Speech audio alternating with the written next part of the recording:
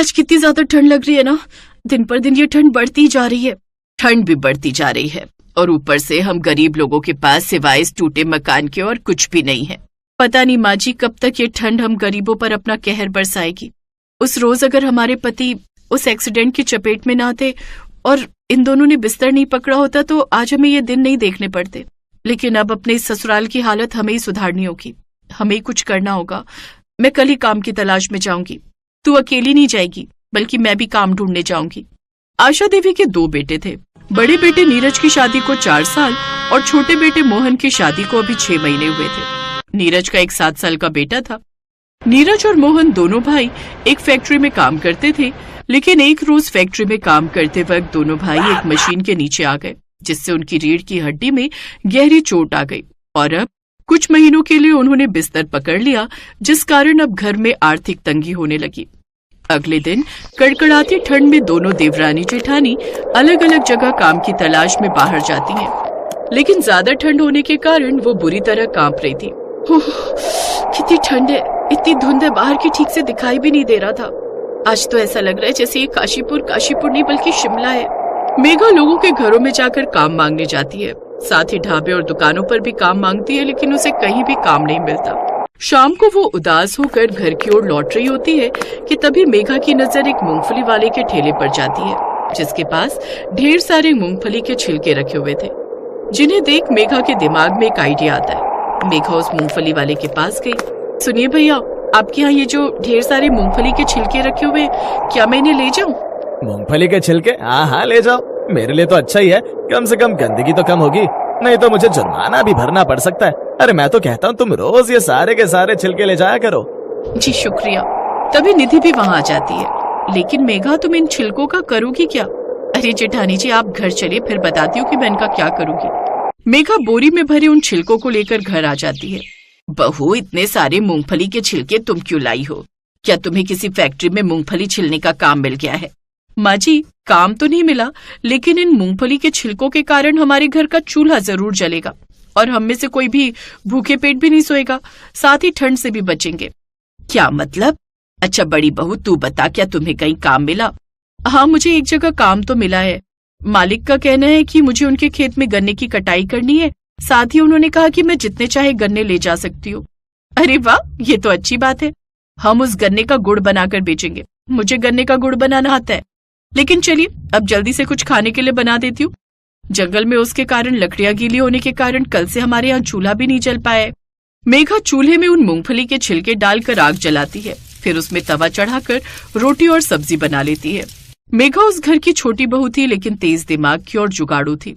उसके ससुराल वालों के पास ले देकर एक एक जोड़ी ही स्वेटर था, जिसमें की जगह जगह पर छेद हो रखे थे, जिस कारण वो सभी ठंड से कांपते रहते थे। अगले दिन निधि उस फटे हुए स्वेटर में कांपते हुए काम पर निकल जाती है। घर में भी सब ठंड के कारण उन फटे पुराने स्वेटर में कांप रहे थे। अपने ससुराल वालों की ऐसी हालत देख मेघा को बड़ा दुख होता है। फिर वो भी चुपचाप काम की तलाश में निकल जाती है। चलते चलते उसे रास्ते में राशन का गोदाम मिलता है। सेठ जी, क्या मुझे यहाँ कोई काम मिल जाएगा? मुझे काम की काफी जरूरत है। हमारे यहाँ माल ढोने का काम है, क्या तुम ये कर पाओगी? जी सेठ जी, मुझे इस वक्त काम की बहुत जरूरत है, मैं कर लूंगी। ठीक है, तो कल से काम पर आ जाना। दिहाड़ी के तौर पर तुम्हें दिन के 200 रुपए मिलेंगे, यानी महीने के 6000। अगली सुबह कड़कड़ाती ठंड में कांपते हुए मेघा काम पर चली जाती है, जहां भारी भारी राशन की बोरियां वो ट्रक से उतारती। ऐसे ही एक हफ्ता काम करते हुए उसे हो जाता है। फिर एक रोज जब मेघा उस गोदाम से काम करके बाहर आती है, तो उसकी नजर उस गोदाम के बाहर रखे खराब बोरे पर जाती है और एक आदमी उसी बोरे को ओढ़कर सो रहा होता है, जिसे देख मेघा सोचती है, अरे ये आइडिया मेरे दिमाग में पहले क्यों नहीं आया? जूट का ये बोरा तो गर्म होता है और इसमें ठंड भी कम लगेगी। अब वो बाहर रखे सभी बेकार बोरे उठाकर अपने साथ ले आती है। हे भगवान, कितनी ज्यादा ठंड है। बहू, तुम घर में ये कबाड़ा क्यों ले आई हो? माँ जी, ये कचरा नहीं बल्कि बोरी है, और अब आप देखना मैं इनसे क्या करती हूँ। अब मेघा ने अपनी जेठानी की मदद से उस बोरी के अंदर वो कतरन भरी और अच्छे से उसकी सिलाई कर दी और बोरी के कपड़े सिलकर अपनी सास के पास गई। उसकी सास बुरी तरह से कांप रही थी। लीजिए माँ जी, ये बोरी के कपड़े आपके लिए, इसे पहन लीजिए, इससे आपको ठंड नहीं लगेगी।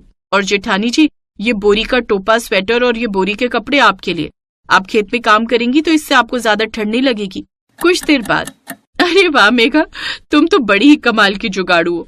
इन बोरी के कपड़ों में तो बिल्कुल भी ठंड नहीं लग रही। अगले दिन मेघा कुछ और बोरियां उठाकर ले आती है, फिर उनके भी कपड़े सिलकर अपने पति को पहनाती है। मेघा के पूरे ससुराल वाले अब बोरी के बने कपड़े पहनने लगे। अरे वाह चाची, ये बोरी के कपड़े तो कितने गर्म हैं। इसमें तो बिल्कुल भी ठंड नहीं लगती। बहू सच में जूट की बोरियां कितनी गर्म होती हैं। अब इन बोरी के कपड़ों में हमें बिल्कुल भी ठंड नहीं लगती। अगले दिन जब दोनों देवरानी जेठानी बाजार से सामान लेकर लौट रही थी तो आंटी आंटी बहुत ठंड लग रही है। आंटी क्या आप मेरे लिए भी ऐसा बोरी के कपड़े बना देंगी? हाँ हाँ क्यों नहीं बेटा, मैं जरूर बनाऊंगी। हाँ मेघा, वैसे मैं कल से यही सोच रही थी, क्यों ना हम बोरी के कपड़े बनाकर गरीब लोगों में बांटे। हमारी तरह और भी गरीब होंगे जिनके पास ठंड से बचने का कोई जुगाड़ नहीं होगा। निधि की बात से मेघा सहमत हो जाती है, जिसके बाद मेघा और निधि दोनों मिलकर बोरी के कपड़े बनाकर गरीबों को दे देती। साथ ही लोगों को जब इस बारे में पता चलता है तो वो उसे और जूट की बोरी के कपड़ों के ऑर्डर देते हैं, जिससे उनकी अच्छी कमाई होने लगती है।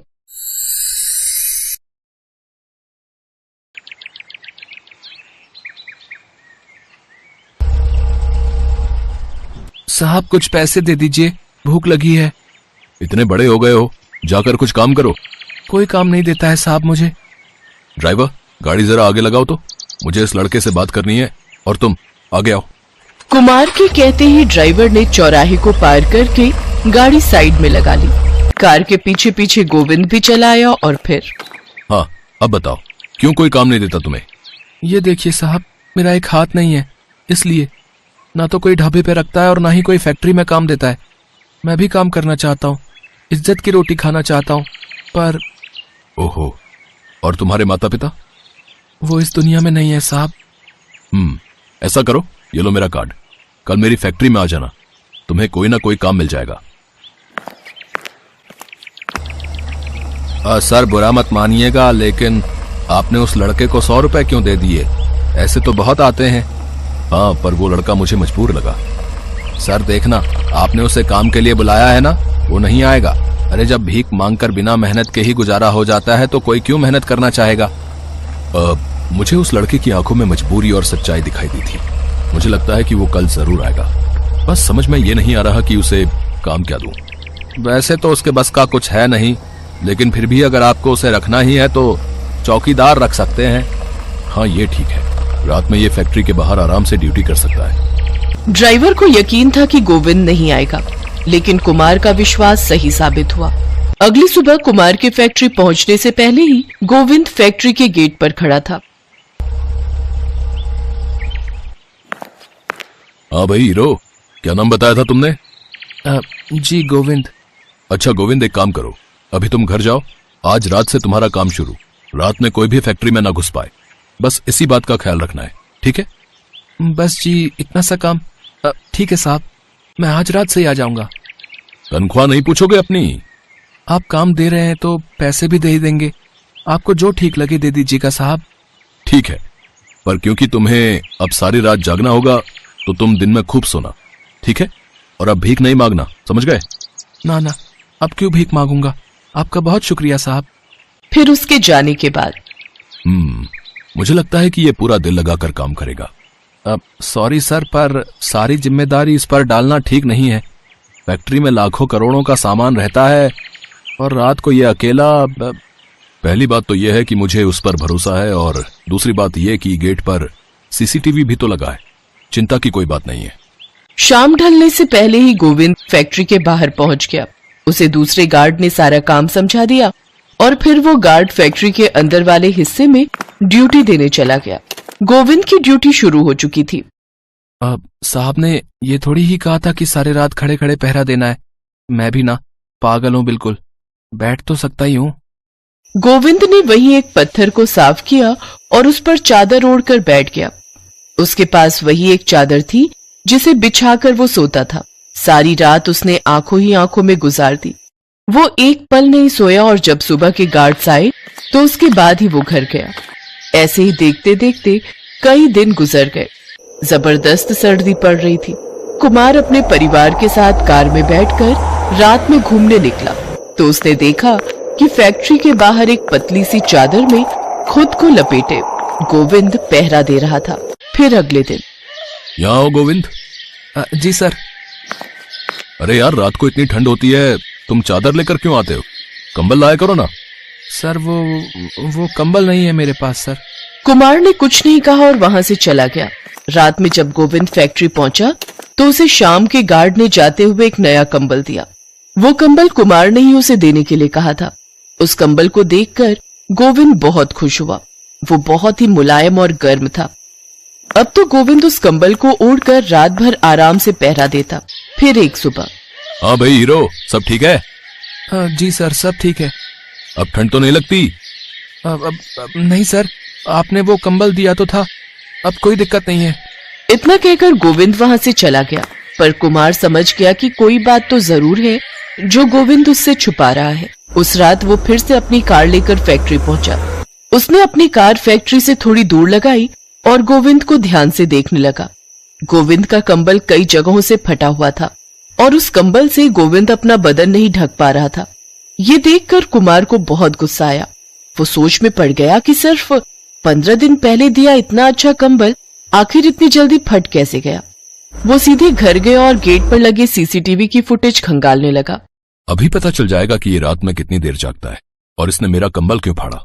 कुमार ने जैसे ही 2 रात पहले की फुटेज देखी तो वो हैरान रह गया। कुत्ते गोविंद पर भौंकते हैं और उस पर हमला कर देते हैं। गोविंद खुद को बचाने के लिए अपना कंबल आगे कर देता है। वो कुत्ते उसके नए कंबल को बुरी तरह से फाड़ देते हैं। किसी तरह गोविंद उन्हें वहां से भगा तो देता है, लेकिन वो अपना फटा कंबल देखकर उदास हो जाता है और फिर वो उस फटे कंबल को ही ओढ़कर पहरा देने लगता है। ये देखकर कुमार की आंखों में आंसू आ गए। और फिर अगली सुबह, हाँ भाई हीरो, तुमने बताया क्यों नहीं कि तुम्हारा कंबल फट गया था? ये लो नया कंबल, और अब की बार कुत्तों को अपने कंबल से नहीं बल्कि इस मोटे डंडे से मजा चखाना। इतना कहकर कुमार ने एक नया कंबल और एक मोटा सा डंडा गोविंद को थमा दिया। फिर कुमार आंखों में खुशी के आंसू लिए कुमार उसके कंधे को थपथपाकर अंदर चला जाता है।